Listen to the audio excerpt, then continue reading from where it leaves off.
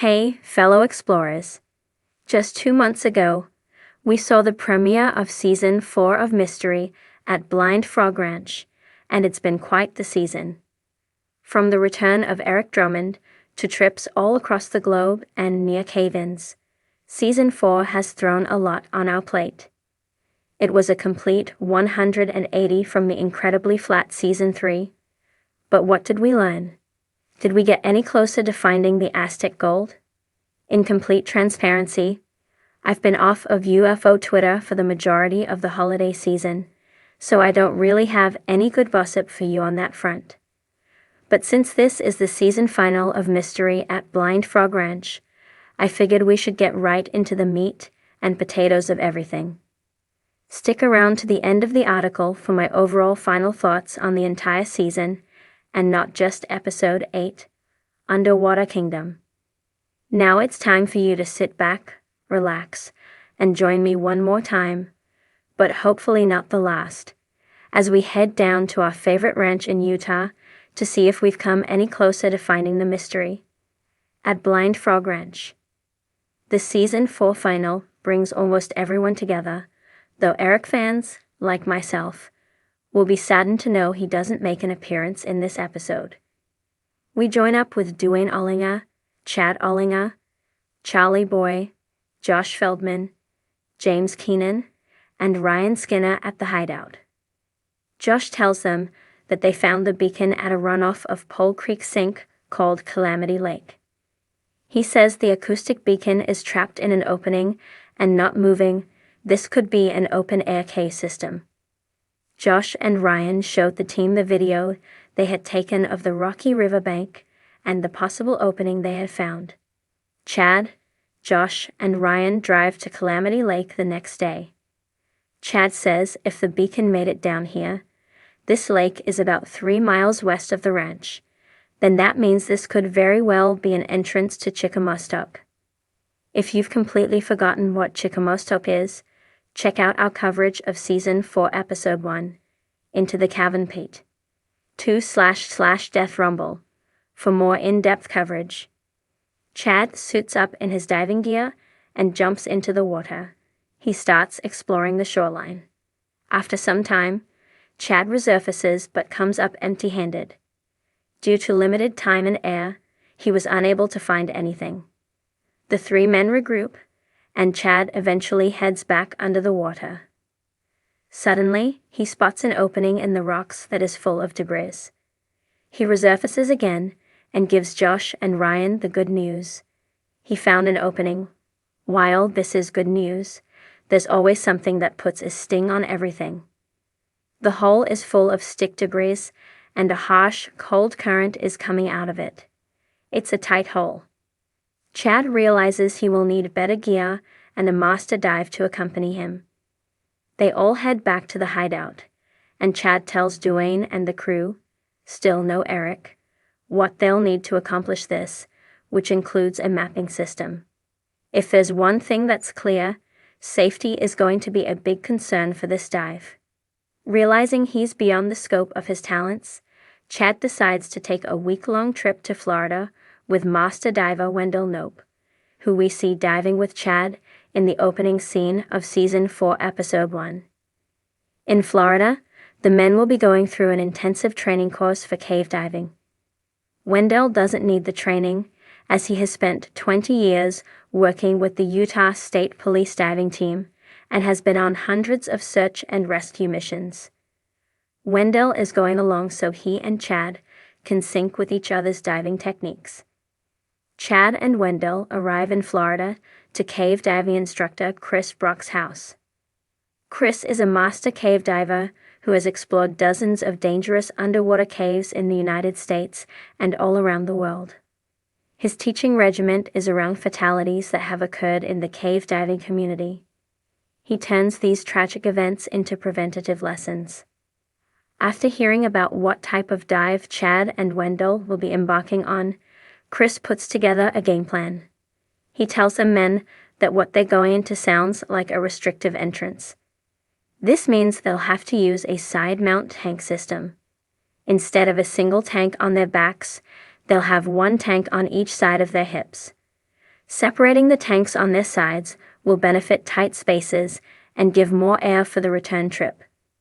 Getting lost and losing air is the typical fatality from cave dives, and Chris bluntly tells Chad and Wendell that the cave they're going into is one of high danger.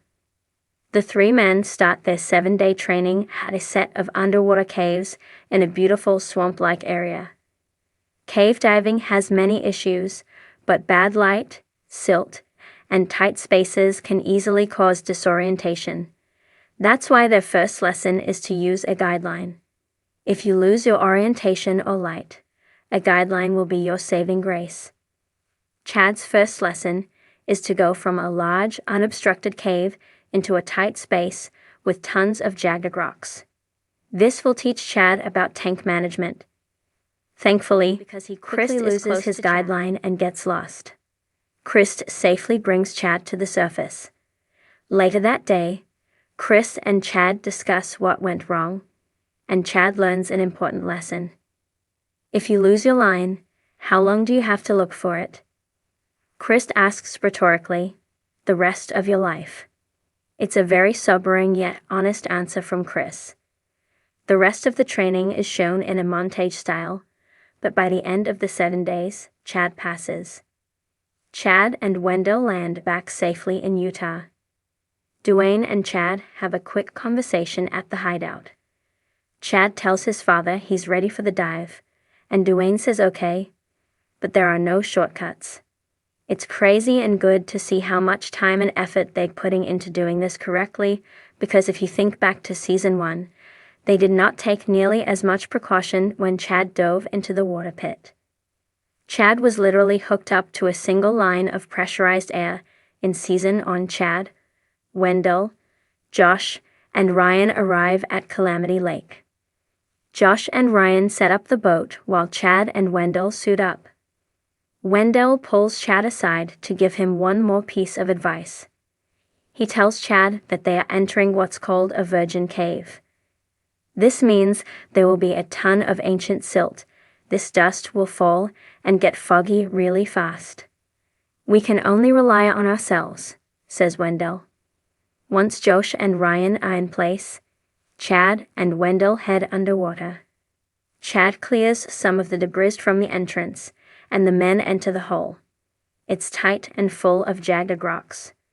At this point, we're just getting a rehash of what we saw in the opening scene of Season 4, Episode 1. See, this is kind of frustrating for me, because we already know that Chad will have a malfunction with his scuba tank, and that he's going to fix it shortly after. What would have worked well for this moment is to have the opening scene of Season 4 end, when Chad has the air tank malfunction, and leave us in a sense of unease, wondering just how the hell Chad got in this position, and if he's going to make it out. There have been multiple times the Blind Frog Ranch crew has been in harm's way, and they've always cliffhanged us. So what's different about this moment? This entire scene plays out how we have already seen it at the beginning of the season, and it ends the season by showing us what we've already seen. But to rehash everything, Chad fixes his air tank. He and Wendell find a deer skull and then surface inside an open-air cave.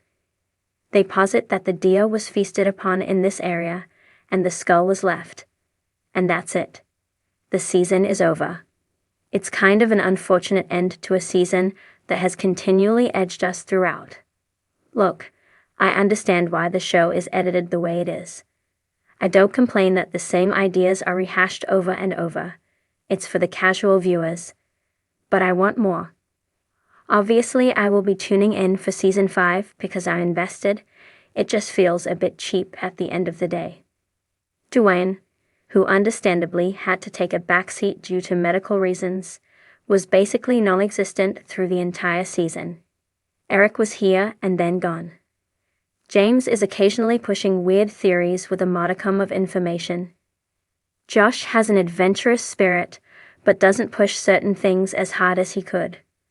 What I will say is that Season 4 was a welcomed relief from the bland Season 3. Season 4 seems like another filler season while they work up to something bigger for Season 5, But will the casual fan stick with it through all of this? I hope so. I hope the ratings for this season were consistent enough for Discovery to continue creating future seasons. Are they going down an Oak Island path? Small signs are popping up here and there that seem like that's the direction they're going in. Oh well. At the end of the day, I'll keep watching. Maybe I'm the problem. Who cares? I only want them to find treasure and get to the bottom of the mystery. At Blind Frog Ranch, the team had spent days draining water from a secondary shaft, revealing a descending tunnel that hadn't been charted. The air inside had a wet, mineral tang, but deeper in, the temperature dropped unnaturally. Dr. Eric Drummond noted that the humidity levels fluctuated wildly, suggesting a large underground chamber with its own microclimate. The anomalies mirrored some of the more bizarre phenomena from earlier seasons: magnetic spikes, untraceable radio frequencies, and seismic pulses from no identifiable source. As the team prepared to descend, the underwater ROV, recently upgraded with multi-spectrum scanners, was lowered into the dark waters of the main cavern. Its light beam cut through suspended silt like a lighthouse searching a foggy shore. 40 feet in, the drone's camera captured stonework, flat plains where no geology class could explain them, a symmetrical arch emerging from the gloom.